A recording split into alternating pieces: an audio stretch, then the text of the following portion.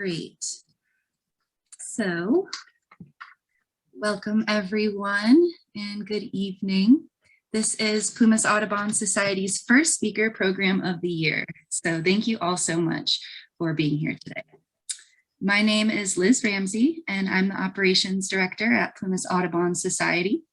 I just want to share a little bit about our organization with you. The mission of Plumas Audubon is to promote understanding, appreciation, and protection of the biodiversity of the Feather River region, especially birds, through education, research, and the restoration and conservation of natural ecosystems. Plumas Audubon will be hosting speaker programs just like this one monthly in hopes of accomplishing that mission. And we'll also be hosting field trips throughout the year. Our first one is this Saturday, which is an outing that is geared towards our local avian celebrity, the brambling, which I'm not sure if any of you have heard of, but it is a species of bird that's native to Eurasia, and it has only been observed in California 4 times in the past 30 years. So it's pretty exciting and unique, and we hope that you'll join us for this possibly once in a lifetime opportunity to see this rare bird. I will be dropping the link to our events webpage in the chat so that you can see other programs like this and field trips. But the best way to stay up to date with our programs and field trips is to become a member. So I will place the link for our membership in the chat as well. We're enthusiastic to be welcoming Darla DeRuiter and Darrel Jury of Friends of Plumas Wilderness to present this evening. So without further ado, I will pass the mic over to Darla and Darrel. Thank you all so much, and I hope you enjoy. Thank you, Liz. Thanks, Liz, and thanks everybody for being here. I want to acknowledge Dick Larson, who is here. Dick is the inspiration for a lot of what we're talking about tonight, and it's his birthday this month. And Dick has a long life of connection to this place. And I just really want to thank you for being here tonight, along with everybody who made the effort to come here tonight. So we're really excited to share our vision with you tonight. And it's the first totally public open event where we're sharing our goals and our vision called Protect Plumas. A little bit about Zoom protocol. Some of you I know have done a lot of Zoom meetings, and some of you it might be a little bit new and different for you. So I think all of your audio mics are turned off, and if they're not, please be sure that they are off. There's a little mute button in the lower left-hand corner just to keep background noise from being distracting. Just click that mute button. And then if you do have any trouble with the connection starting to get jumpy or skipping during the presentation, you can also stop your video, and that could help with your streaming during the presentation. But otherwise, you can just leave it on, no problem. There's also a chat box in the bottom middle. And if you click on that, you'll see that Liz has already dropped the links that she mentioned for Plumas Audubon's website and the events that are coming up.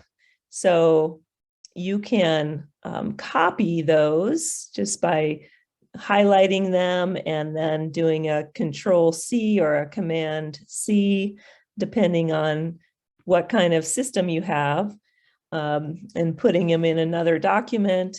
And then you can also use that chat box for asking questions or making comments throughout the presentation. And Liz is going to help us monitor that chat box so that if there's anything you'd like to share or any questions you have throughout the presentation, she can help with that and we can address those questions and comments.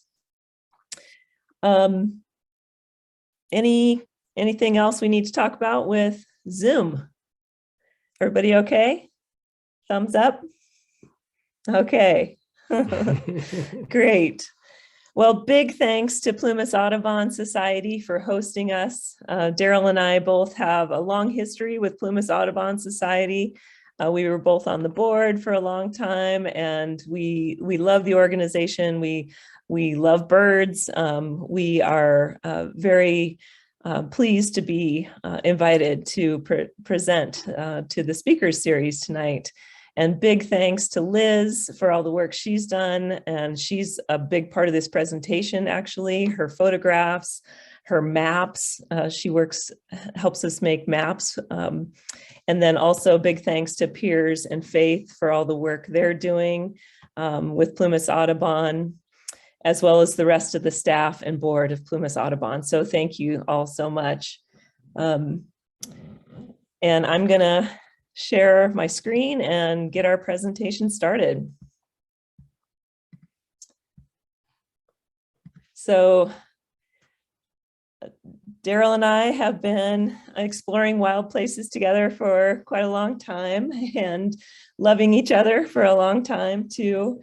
And this current chapter in our lives is about protecting the wild. I'm Darla DeRuiter.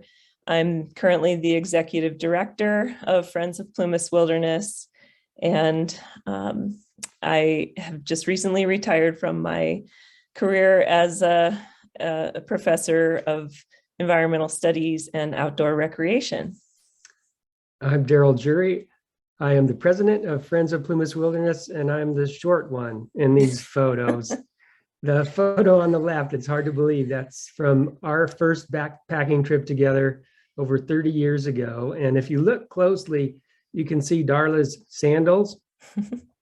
She unfortunately forgot to bring her boots on that trip.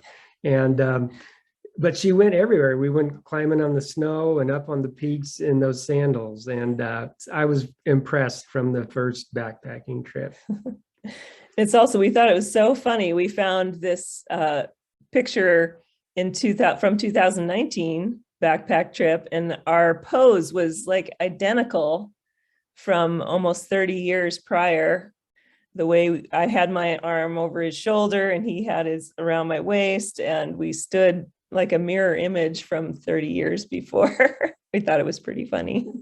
Somebody posted, only their shorts got longer or something like that. Yeah. So we wanted to start, as we used to always start the Plumas Audubon meetings, talking about what we've seen. And as Liz said, the big news in Plumas County is the brambling that got blown in by the atmospheric river. And I don't know how many of you live nearby and have had the opportunity to see it, but it's drawn birders from Seattle and Portland and Southern California and who knows where else. But it's an opportunity to see a bird that comes from Eurasia. And as I said, it got blown in with one of those big storm events, and it's still hanging around. So if you haven't had the opportunity to see it, make sure to come to Quincy and see this rare bird.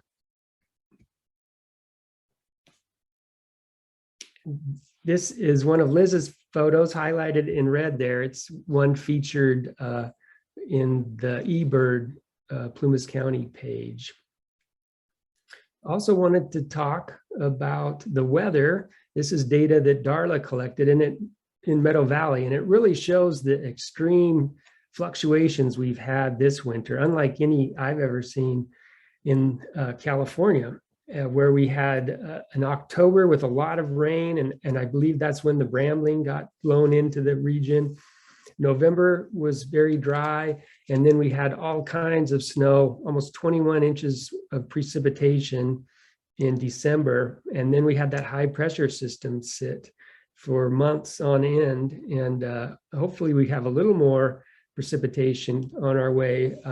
We have our fingers crossed for a miracle March, where hopefully we'll get back up to our normal snowpack. I think right now, Feather River Watershed is about 60% of normal precipitation. And because we haven't had much rain or snow, we, as most parts of the Western United States, remain in severe drought. And these seemingly disparate events are all very related. and affect one another. The big storm blew in the bird, and we remain in a drought because we haven't had precipitation. We also wanted to talk about some research study and some proposed legislation, just current events that these are related to. And you know, we've had extreme fires here the last 2 years in the upper Feather River watershed, and a lot of studies have given some insight to what's going on, and some of our elected officials are responding. In mid-February, an Oregon State University study came out, and the findings really contradict the common narrative that destructive wildfires start on remote public lands. They looked at 22,000 fires across the western states for decades, and they found that wildfires tend to start on private lands and spread to public lands in most cases. National forests are more often a recipient, not a source of wildfires that move between public and private lands. And this is most true on forests that are densely wooded, like the Lassen and Plumas and Northern Tahoe National Forest. The study also says that part of the solution is each of us as homeowners hardening our homes and protecting them by clearing the vegetation around them. So, and we're starting to see more and more of that around Plumas County. LaMalfa and McClintock recently introduced a bill that is kind of contradictory to this study that Oregon State researchers found. They want to end the Forest Service let burn policy, and it would affect how the Forest Service fights fires. As I said, ending the let burn policy and putting more pressure and more stringent requirements in order to have prescribed fire. When most researchers have shown that we need more fire on the landscape throughout the year to prevent large-scale wildfires. There is some good messaging in the press release, not in the legislation, but these legislators say we need to return to proper management and aggressively thin our forest. And we at Friends of Plumas Wilderness definitely agree with this. And in fact, we worked to reintroduce fire in the Ishii Wilderness on the Lassen National Forest, and want to put some pressure on the Plumas National Forest to finish a fire management plan for the Bucks Lake Wilderness and change forest management policy here on the Plumas to allow for prescribed fire in the Bucks Lake Wilderness. So again, these seemingly disparate events kind of set the context for us releasing our locally led shared conservation vision for the upper Feather River watershed, which we're calling Protect Plumas. And really excited to have all of your friendly faces here tonight to help us launch this initiative. And we're interested in your thoughts and look forward to starting a conversation of how we can all move forward, given some of the challenges and opportunities that we face today. So it's obvious that we love the Feather River region. We love wild places, and I'm sure that a lot of you love this place for many of the same reasons. And that's where we want to start this conversation, is around values. Both Darla and I grew up in small towns, and we really value communities. Darla grew up in a small town in Colorado, and I grew up in Red Bluff, California, and really valued the community that I grew up in, as we do. And even though we may not see eye to eye on everything, we respect one another and have healthy conversations around our different views. Both Darla and I worked in agriculture at a young age, and we really value our working lands and the lifestyles they provide and the open spaces that they maintain. And as we've said before, we love wild places. We love wildlife, wild rivers, and wilderness. And this has been a theme throughout our relationship and our lives. And we want to maintain some of the wild integrity that our place has. And I know many of you share these values as well. So Friends of Plumas Wilderness has been around for a long time. We became involved in about 2015, but the organization has been around since 1974. The mission has remained the same. It's to study, explore, and maintain the integrity of natural ecosystems where the Sierra and Cascades meet. And we're working hard to do that today. We have grown the organization and we look to expand more. We hope to hire people and become a membership organization after almost 50 years as an all-volunteer non-membership group. We want to get more people involved because, as I said, there are more challenges and more opportunities facing us today, and we really need a committed community to help protect the wild places. The areas of work that we focus on are monitoring and stewardship, so things like putting up this Middle Fork Feather River sign and cleaning up the Middle Fork near Red Bridge, that this photo was around those events. Outreach and education programs. We have a blog on our website, which it's a brand new website that we just launched last week. So definitely look at that, plumaswilderness.org. We have hired an outreach and education coordinator, and we look to hire more folks. We hired a tribal liaison to work in our advocacy and planning program, and we want to grow the organization. And hopefully you are a part of that as a member. So our niche is protecting public wildlands and waters in the upper Feather River Watershed. And this really complements some of the other groups like Plumas Audubon Society and Feather River Land Trust that focuses on private lands. Our focus is on public wildlands and waters.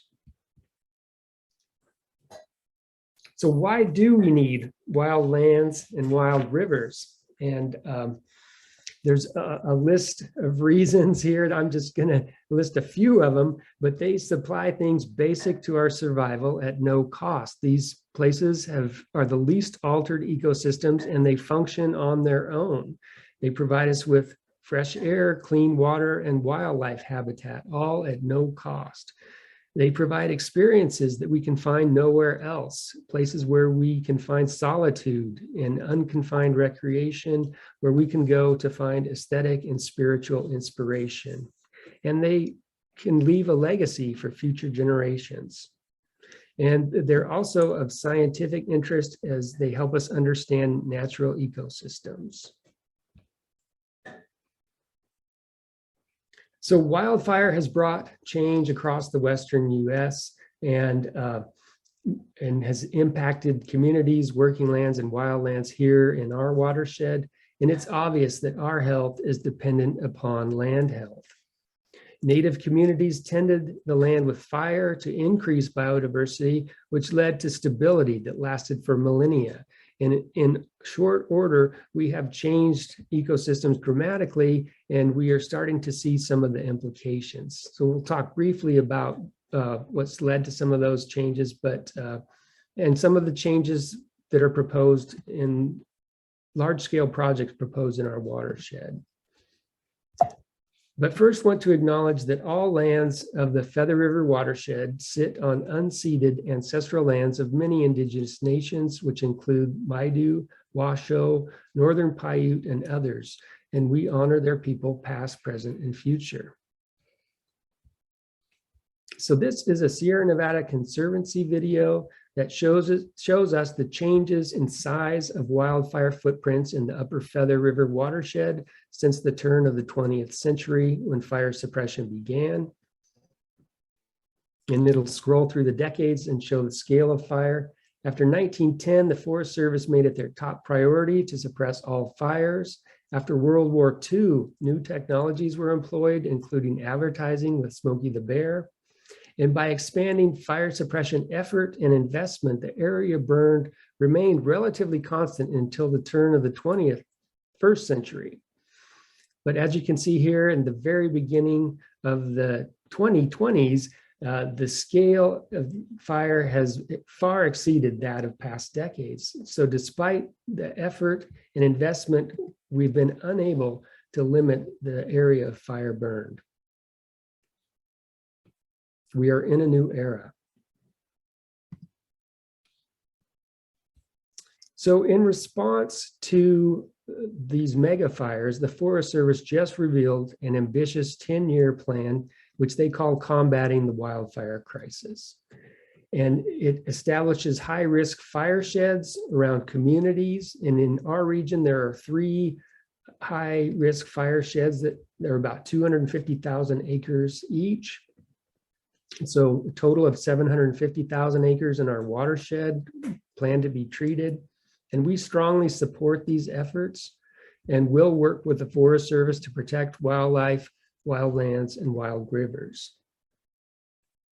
Because we have lost communities in our region and understand the need and share the concern. So this map here shows the fire history in the upper Feather River Watershed. It's one of the maps that Liz has helped us make. And in pink, it's the fire footprint, which should look somewhat familiar from that video we just saw. So the watershed boundaries in black, the recent fires in the last 5 years are in that pink or salmon color. And then what we've done is overlaid the high-risk fire sheds in our region in red. And Darla's pointing out the high-risk fire shed around Indian and American valleys. And note that some of that area has burned and some of it has not. The other high-risk fire sheds in the watershed are the greater Oroville area, and most of this area burned in the North Complex fire in 2020. And then around Portola and Mohawk Valley, it's mostly unburned. So again, we strongly support Forest Service efforts to treat around our communities, and we will work to protect wild values. Another large-scale project that's in the planning stages is Sierra Butte's Trail Stewardship's Connected Communities Project. It's a 10-year plan to construct over 600 miles of trails on the Plumas, Lassen, and Tahoe National Forest. Over 300,000 acres of proposed recreation zones are also part of the project. We support the concept, but we have concerns. We're working closely with Sierra Butte's Trail Stewardship to minimize impacts to wildlife, natural quiet, and water quality. And we strongly feel that balancing recreation, development, and promotion with protections will ensure we save what we love about our home place. This is that same base map we looked at, and it shows recreation zones in the orange color. And many of you may be familiar with some of the recreation zones that have been developed north of Quincy. The Mount Huff area is a motorized single track stacked loop area. So that's kind of confusing, but these are single track trails. So for motorcycle or mountain bike, and stacked loop means that there are lots of loop opportunities available. So high density trails near communities is what Sierra Butte's Trail Stewardship is proposing. And they're both motorized and non-motorized. South Park is a non-motorized area just north of Quincy. So other areas that are proposed to be motorized are between Butt Lake and Lake Almanor. There's a rec zone proposed there. And then south of Quincy in the Claremont area is actually beginning the environmental assessment. And 7 other non-motorized recreation zones are proposed throughout the watershed. And these are all linked by what they're calling the La Sierra route. It's a single track motorized trail system that would link communities, hence the connected communities, as well as link these recreation zones. So that's a lot of proposed changes, large scale planning efforts, and the big ecological changes that we've seen with the wildfires over the last few years.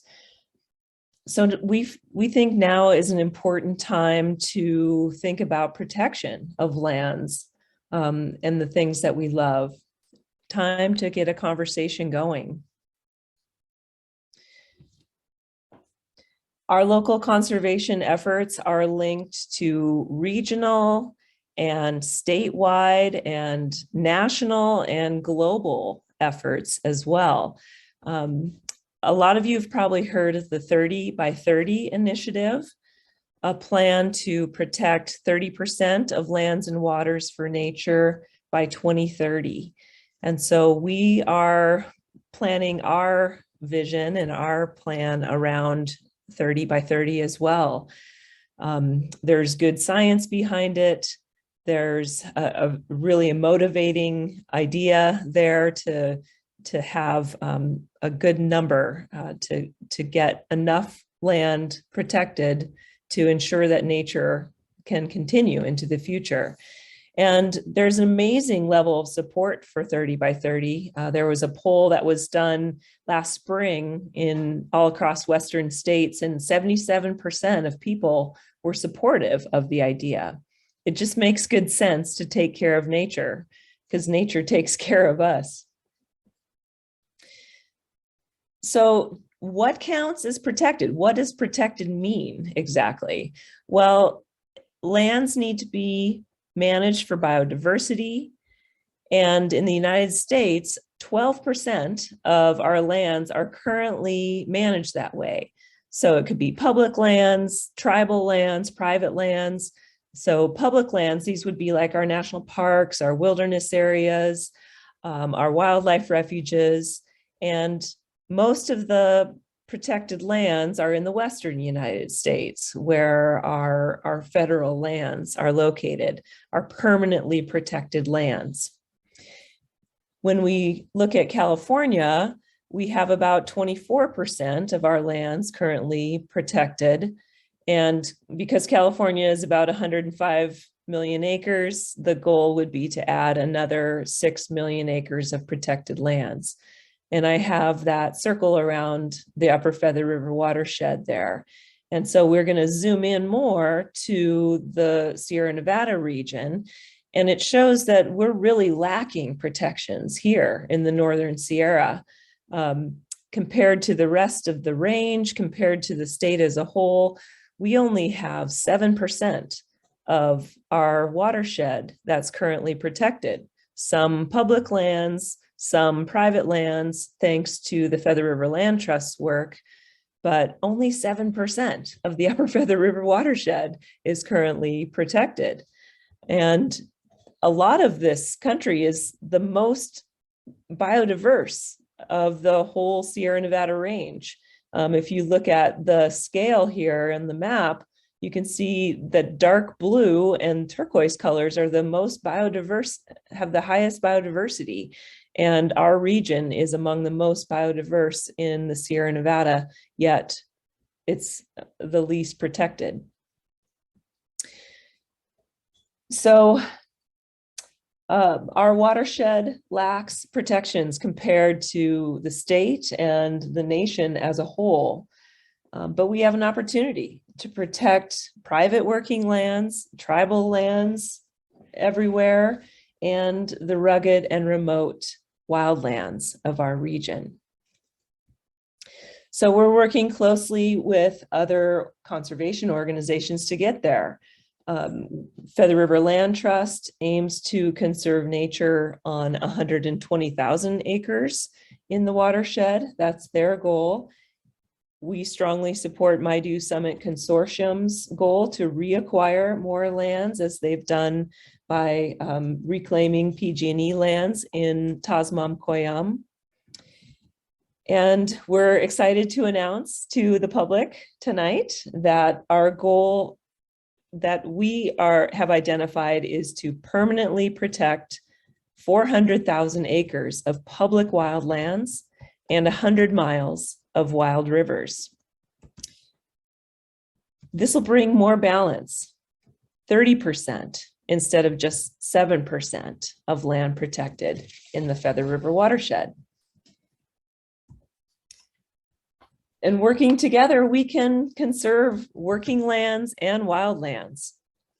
About 165,000 acres are currently protected to maintain the integrity of natural ecosystems and wildlife habitat. we need to protect an additional 520,000 acres.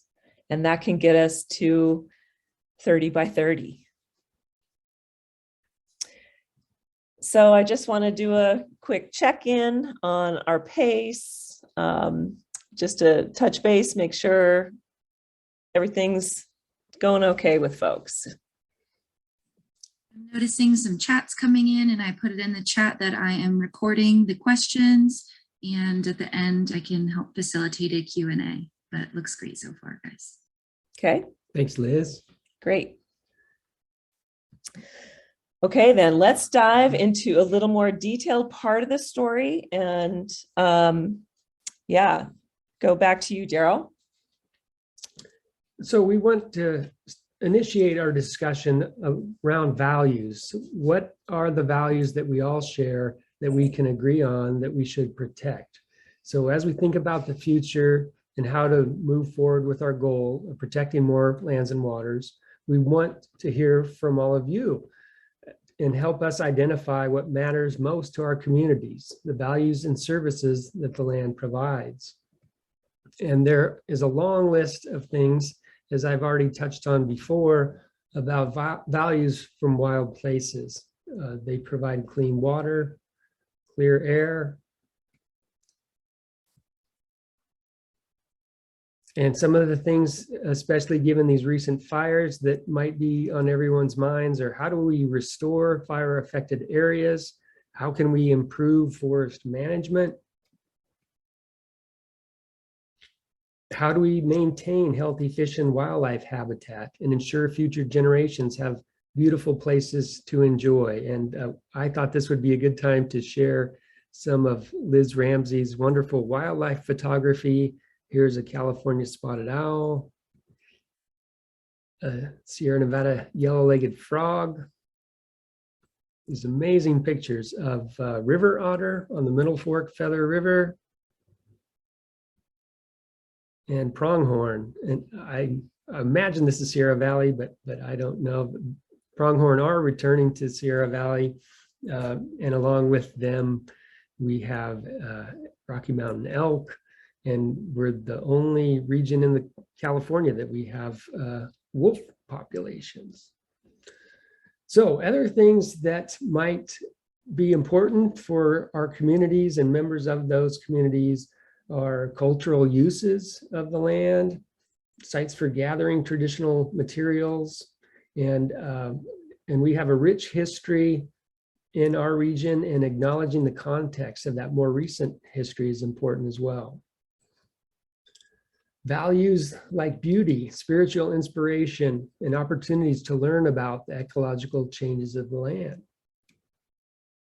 And one thing we have here are dark night skies and natural quiet that we can enjoy in remote wild places.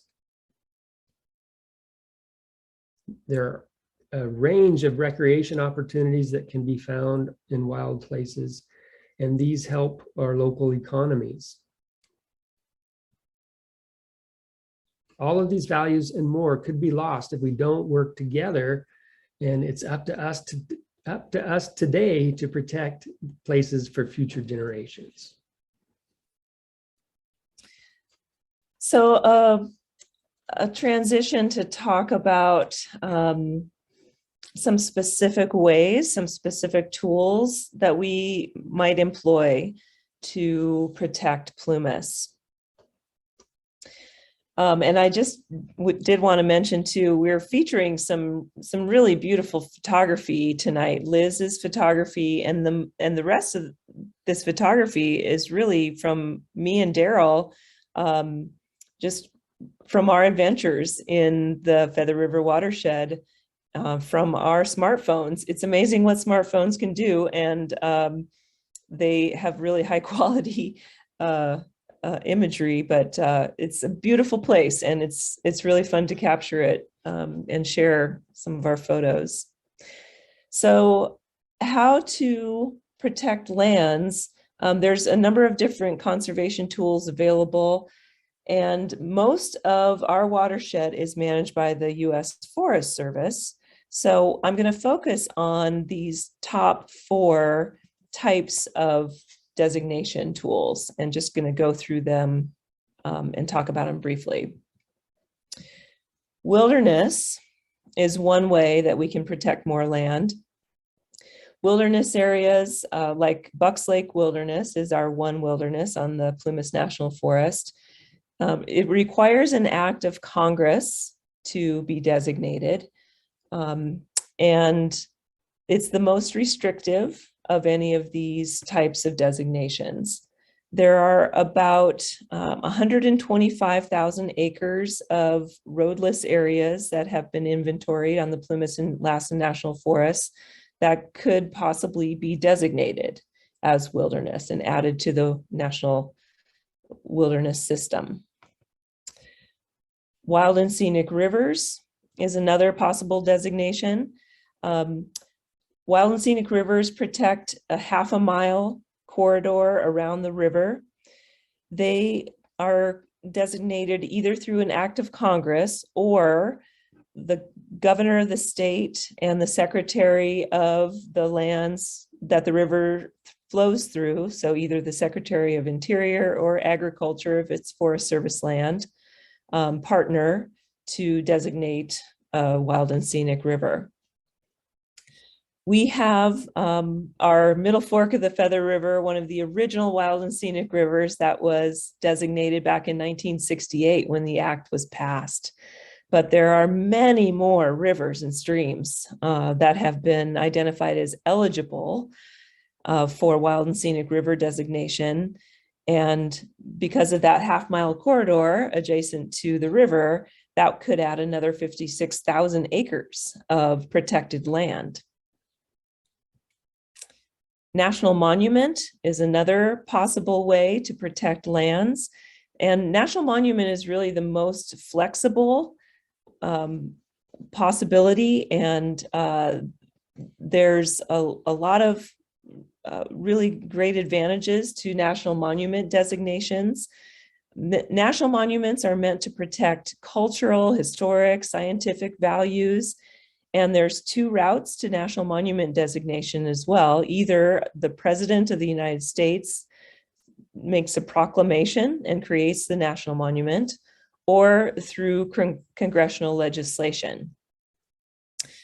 National monuments come in all different sizes and shapes, from very tiny to gigantic, and they are also managed by all the different federal land management agencies. There are National Park Service monuments, there are Forest Service, BLM monuments, there are ocean, marine monuments, there are land monuments, there are Washington, D.C. national monuments. There's just so much flexibility in national monuments.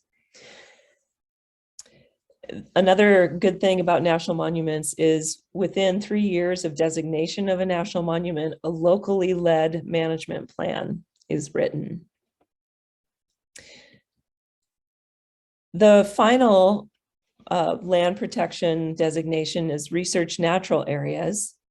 And these are designated by the land management agency, the Forest Service. So it's an administrative designation. But it has a permanency to it. It's a fairly permanent, durable designation. And it's about biodiversity, protecting unique ecosystems and species. And there are a number of California Native Plant Society identified special interest areas on the Plumas National Forest that could be designated by the Forest Service as research natural areas. So again, just to summarize, we have these 4 types of conservation tools: wilderness, wild and scenic rivers, national monuments, and research natural areas that we can use to protect more land. And I'll get to you in just a second, Liz. I see your hand. And I would just say also that they can overlap each other so that you can have a national monument like the Berryessa Snow Mountain National Monument shown here with a wilderness inside it, or with wild and scenic rivers within the national monument.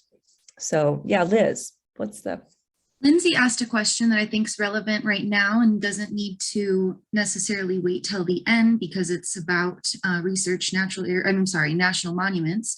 She asked, what is the difference between a marine protected area and a marine national monument area? Are they different or are they the same thing? There are marine protected areas that are national monuments. Like there's the California Coastal National Monument, I believe. Yes, there's the California Coastal National Monument that has marine protected areas within it, but they're not the same thing. So it's kind of like what I'm just describing, how within a national monument, you can have a wilderness. Within the California Coastal National Monument, you could have a marine protected area. Does that help, Lindsay? Thank you. That helped a lot. Okay. And interesting you asked that, Lindsay. Today I was just looking at the California Coastal National Monument, and it's mostly offshore islands all along the California coast, but there is one that's on the continental part of the state, and that's around Point Arena. It's relatively small. I want to say 1,600 acres, but, or no, I think it's more like 16,000 acres, but anyway, great question. Thanks for asking. And happy to help dig into that more with you separately too. Yeah. So just quickly, one of my last classes that I taught last spring, we did a survey asking the public if they supported additional protections in the Middle Fork Feather River. And there was really great support for more protection. And so I just thought that was worth mentioning because it's an encouraging sign that there is widespread support for more protections in the Middle Fork, and perhaps we could expand that. And this is a good plug to take a survey that Darla is going to mention later. Yeah, we'll be asking you to take a survey for us because we're looking for public input here. Okay, so this will be a way to show what's permanently protected and what could be protected in a visual way. And again, thanks to Liz for the wonderful map work she's done for us. What's permanently protected in the Upper Feather River Watershed right now? So we're right here in Quincy, right in the middle of the Feather River Watershed. Right now, part of Lassen Volcanic National Park is in the watershed. It's permanently protected. Part of the Caribou Wilderness area right next to it. Bucks Lake Wilderness is permanently protected. And the Wild and Scenic Middle Fork, all those things are the protected areas within the watershed. They add up to about 4% of the watershed of our federal lands. There's also administrative designations. So it's the Forest Service leadership, the forest supervisor saying these areas, and their staff saying these areas are special or have some sort of designation. And so these are not permanent designations, though. They could be undone. And so we've got inventoried roadless areas. There are 7 of those. These are that mustard color in the within the watershed, and they add up to about 125,000 acres. There are rivers that have been identified as eligible for wild and scenic designation.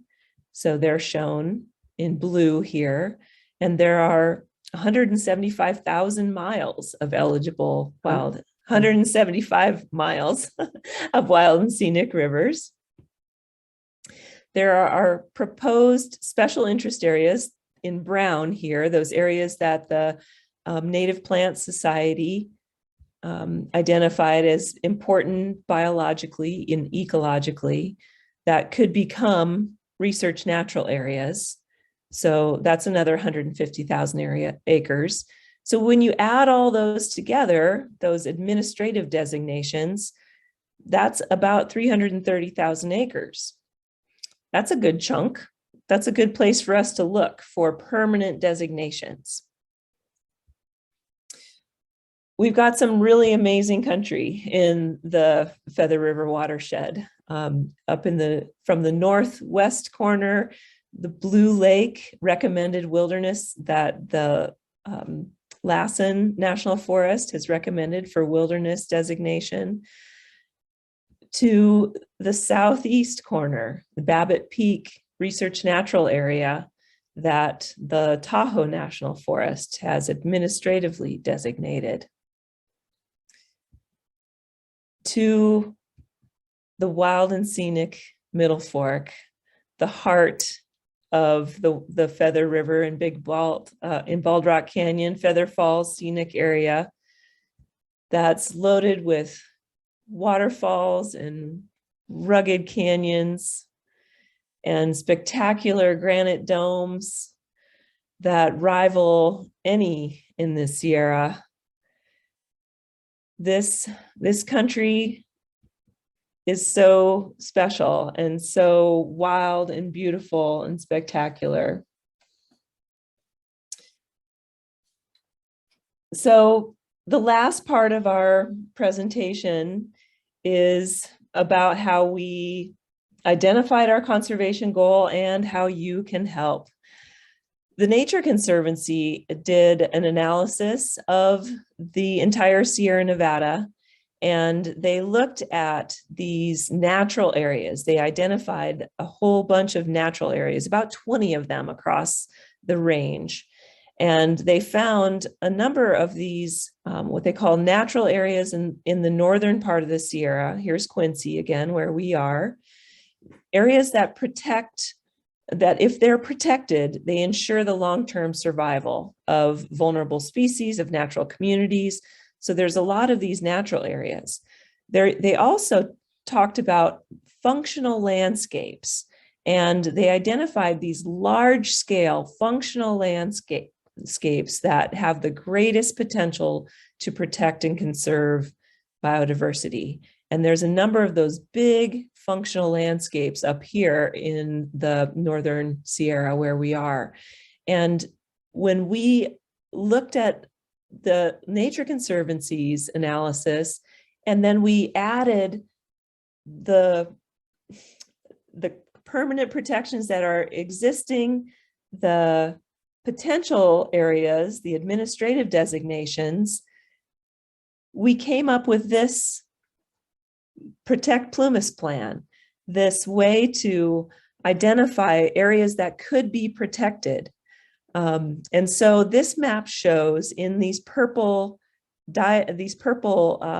polygons, areas that have the greatest potential for protection. They're the least roaded. They have the most colorful areas, these areas that we've already talked about, inventoried roadless areas, eligible wild and scenic areas, rivers, existing protected areas like Bucks Lake Wilderness in the Middle Fork.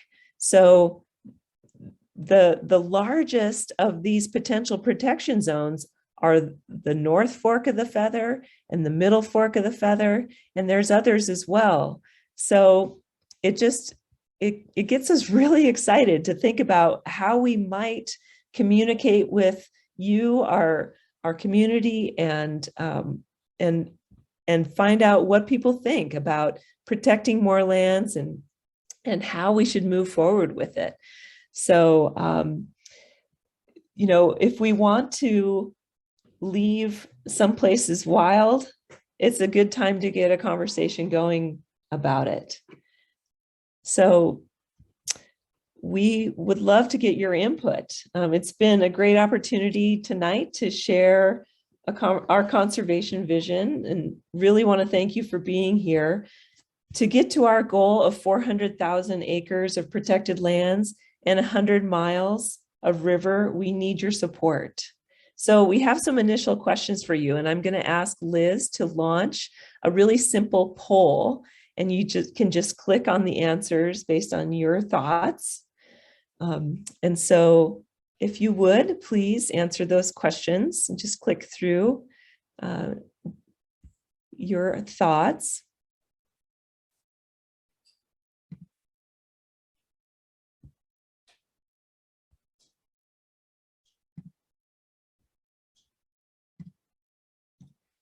And then when you scroll down, you'll be able to click submit when you're done.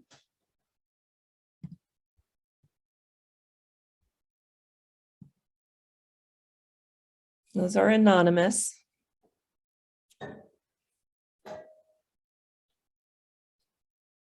Just helps us get a sense of where people are with these ideas.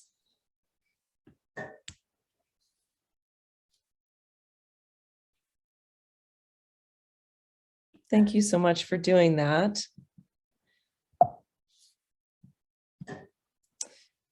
And then before we have some Q&A, I just want to also mention that the ways that you can help us right now are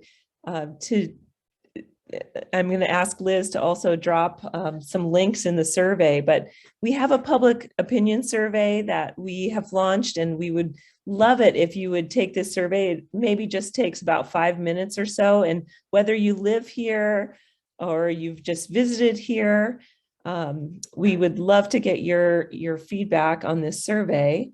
And if you have checked out our new website, or if you haven't, please do check out our new website, become a member of Friends of Plumas Wilderness, and show your support. And we're also presenting to the County Board of Supervisors on Tuesday. And so if anybody is interested in seeing how government works and also supporting us and showing that you're willing to stand behind Friends of Plumas Wilderness with our county government, we'd love to have some supporters at that county supervisors meeting this Tuesday at 1 p.m. And then also we're seeking letters of support. If you either as an individual or from more formal groups that you're with, let us know if you can help with a letter of support for Protect Plumas campaign. So I think Liz has perhaps dropped a letter or a few links in the chat for you there. And you can look at our revised website, plumaswilderness.org, and learn about the survey and how to become a member, and check that out. But to summarize, we live in an amazingly diverse area with varied geology, topography, and natural communities. Our region lacks permanent protections when compared with national and state averages. And now is the time to create a locally led shared conservation vision. The last permanent protections of public lands in the upper Feather River Watershed was the designation of the Bucks Lake Wilderness in 1984. And that's when Darla and I graduated from high school. So that's quite some time ago. So now we have a window of opportunity to help protect Plumas. So become a friend of Plumas Wilderness today and be a part of the movement to protect Plumas. And as Dick Larson would say, leave it wild.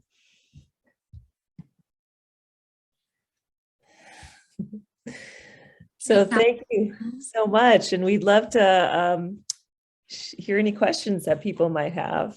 I've been recording the questions, and I'm going to start with some of the more simple ones. One of the first ones that we got was, where can we have a link to send you a letter of support? How would you suggest people do such a thing? We have Could email it to info@plumaswilderness.org. And I think on our website, there's a way in contact us where you can figure that out.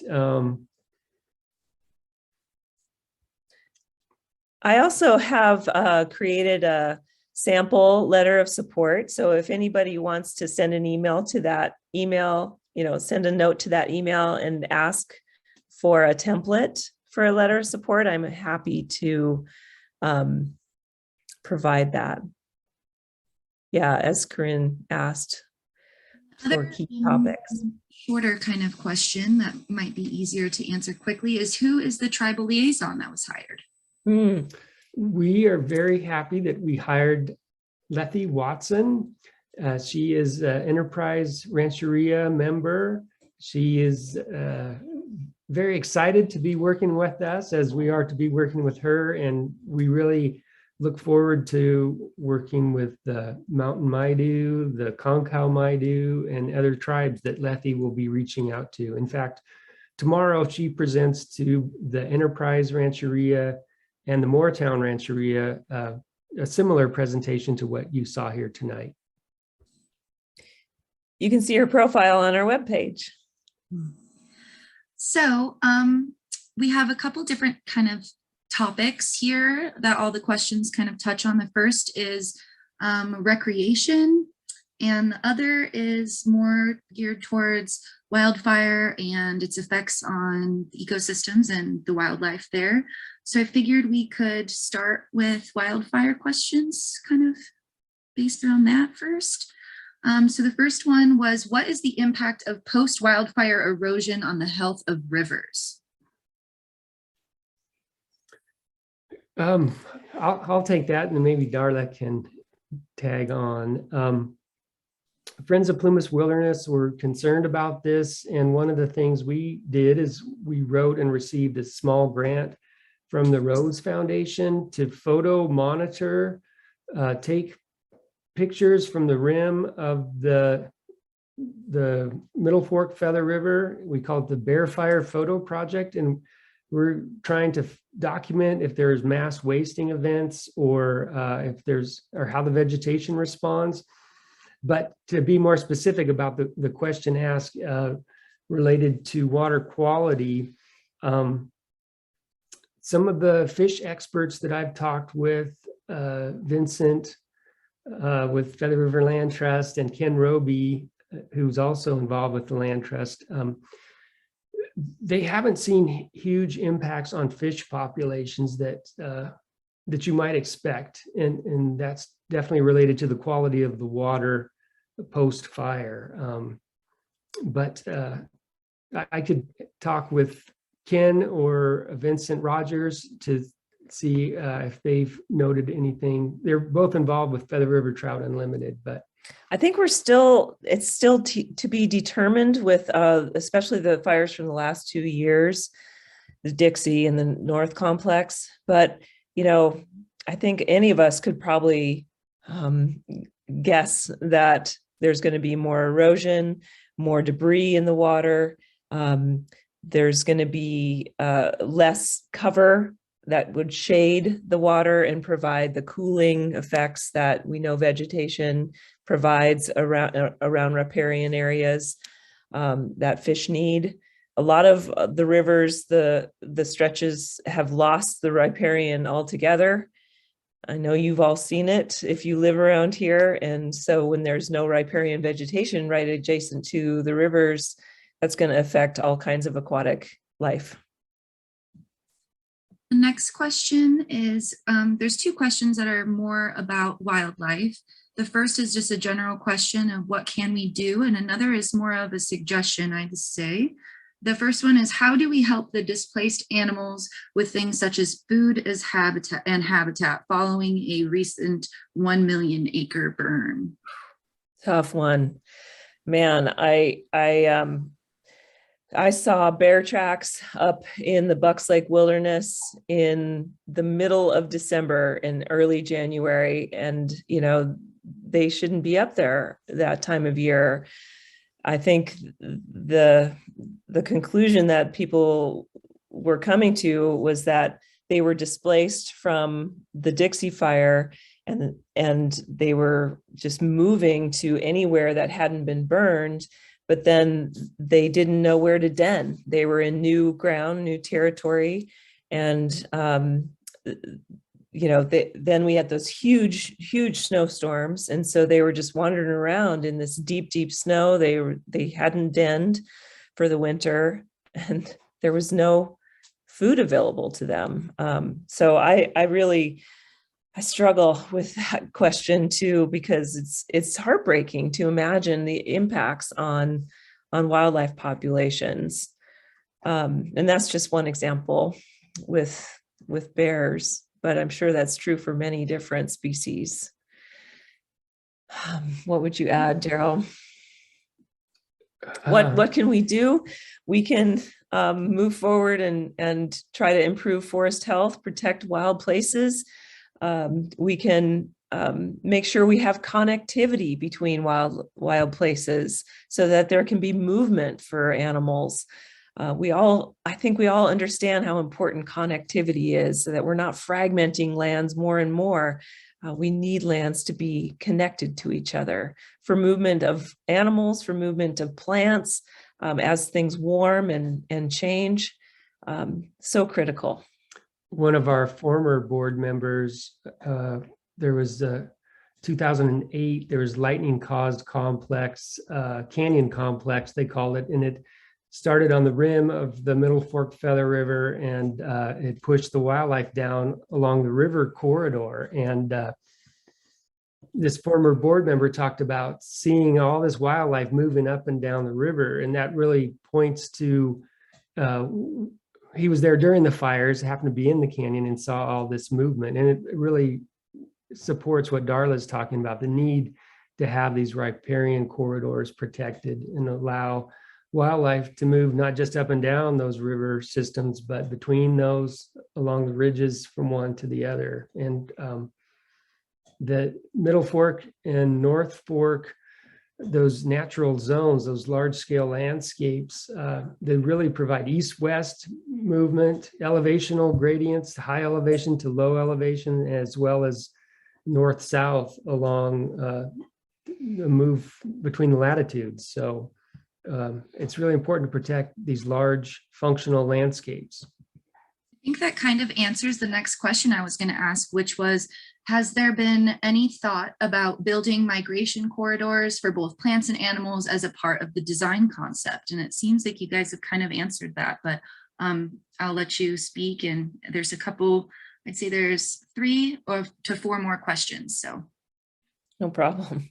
Yeah, we definitely looked at connectivity, wildlife corridors, and as well as working with Feather River Land Trust to look at private lands, because those are typically low elevation meadowlands. So adjacency to those areas. And then we looked at representation of different ecosystems within the watershed. So not to just protect the high elevation, more spectacular rock and ice as wilderness typically has protected, but to look at all types of ecosystems from low elevation to high elevation. great. The next 2 questions, 3 actually, are kind of about further definitions of these potential protection zones. So the first one is, if we go ahead and protect more of the local rivers and the Feather River watershed, how would that impact things like whitewater recreation and the potential funding that brings into our community? Mm-hmm. Yeah, so we've been working closely with American Whitewater and the Outdoor Leadership Program at Feather River College. These are 2 of the main constituents that have some level of organization around the paddling community. Both of us are paddlers. I mean, we love rivers. We love recreation around rivers. And so it would affect paddling, rafting, kayaking, in that it would ensure that these rivers would continue to flow free in perpetuity, that we would have a resource, a wild river resource that would not be dammed or diverted. So it's not like you protect a wild and scenic river and then it stops recreation. It helps in that it ensures that that our rivers are going to be cared for in the future, that they're going to remain free flowing. As far as resources, financial resources, there's no guarantee that the federal government will do a better job of funding our lands if they're designated as wilderness or wild and scenic or national monument. Unfortunately, that doesn't guarantee funding. I wish it did. Believe me, I wish it did. But I think if we keep banging that drum and we keep saying we need more money for our federal lands, our lands need to be cared for. We can't just designate them and then designate more lands and then do nothing to protect them and to fund them and care for them. That needs to be something that we as citizens of the United States demand, that these lands be cared for in the future. It's a long haul. We need, as conservationists, we need to be thinking 2-3 steps ahead. We always need to be working on that fight.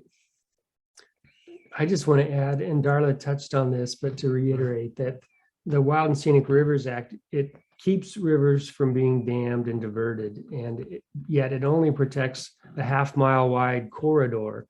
So what we would like to see are watershed protections for these areas and expand it further up to the edge of the watershed. And that would improve water quality, not just for recreation and drinking water. I don't know that we explicitly mentioned that we're at the headwaters of the State Water Project, and our region provides drinking water to 27 million people in the state of California. So the majority of Californians get their drinking water from our region.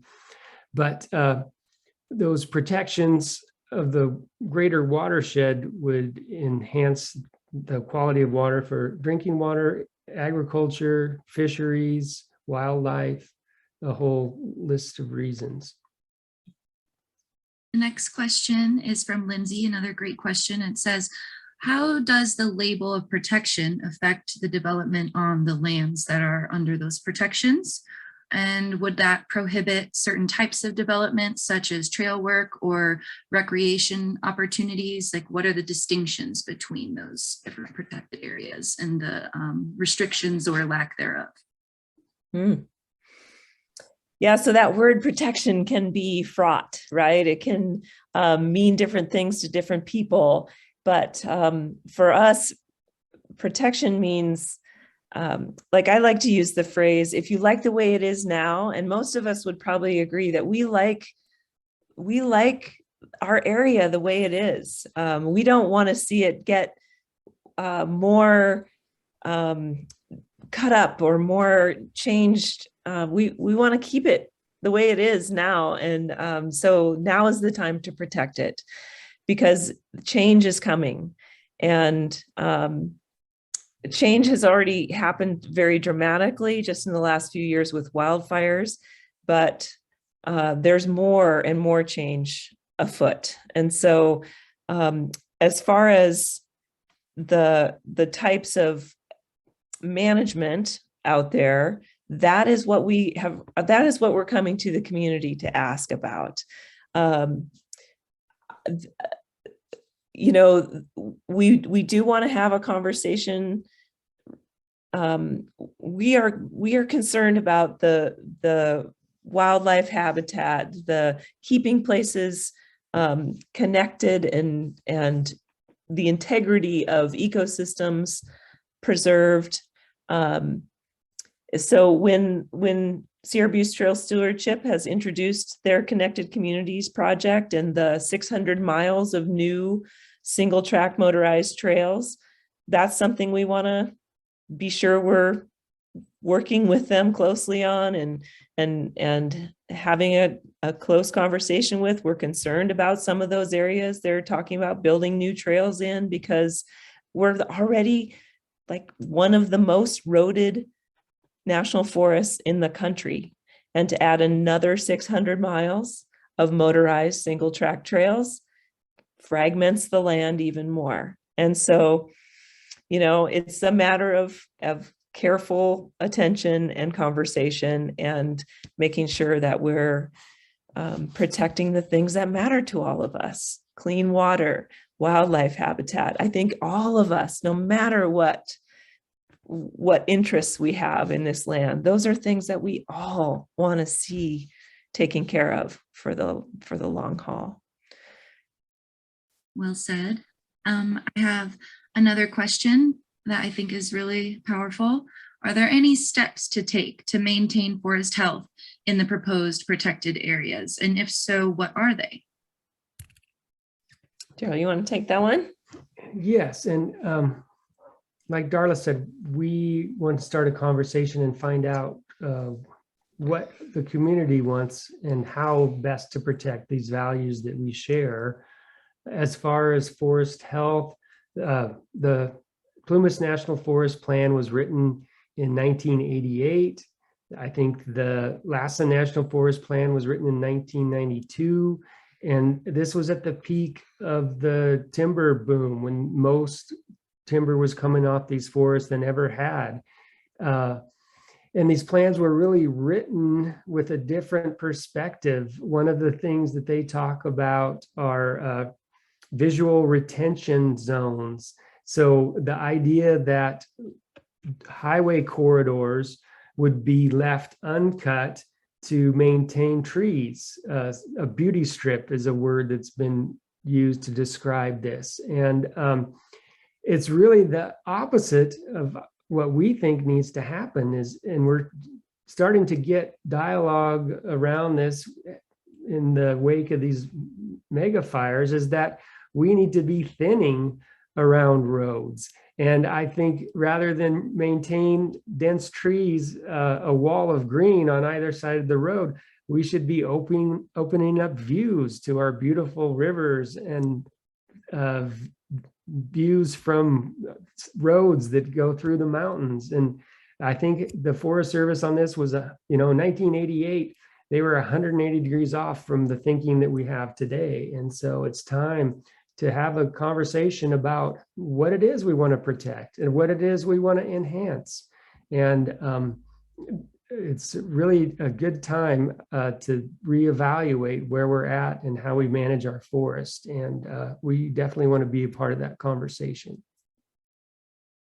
I have one last question, and it's more of like, it's less broad and visionary and more just kind of defining, clarifying. Someone asked, doesn't PG&E own the land around Bucks Lake that's within the wilderness area? Could they pull that if they wanted to? Wilderness applies only to federal lands. And so PG&E does own land around Bucks Lake. And just recently, just this year, as part of the settlement that they had with their bankruptcy, they disposed of some of their lands, which the Naidu Summit Consortium acquired at Tasmam-Koyam, Humbug Valley. But they also established conservation easements on their land. In the area around Bucks Lake, Feather River Land Trust now holds a conservation easement, which is one of the forms of permanent protections on private lands. I don't know, hopefully that clarifies things, doesn't confuse the PG&E land that is around Bucks Lake is not on the wilderness side. It's on the south side where the cabins are. So there's not PG&E land on the wilderness side of the lake, if that helps. Those were all of the questions that I was able to pull from the chat, and I'm not sure if anybody has any more, but that was really great Q&A, everyone. Happy to take any other questions or comments if anybody has any. It's really great to see all of you here. and see your faces. Thanks for the thumbs up, Piers. Faith, yeah, Dick, yeah, Mom and Dad, yeah, Lindsay, woo. Yeah, I really appreciate all of you being here, and it's going to take a movement. It's going to take all of us if we want to better protect our place. So this is the start of it. It's really exciting to have friendly, familiar faces on board. Yeah, and please reach out to us if there's anything else you want to touch base about, or if you need those links again or anything like that. We check our website, send us an email or a text or whatever, get in touch. And again, big thanks to Liz for helping tonight. And thanks for being here. Thank you, Plumas Audubon Society.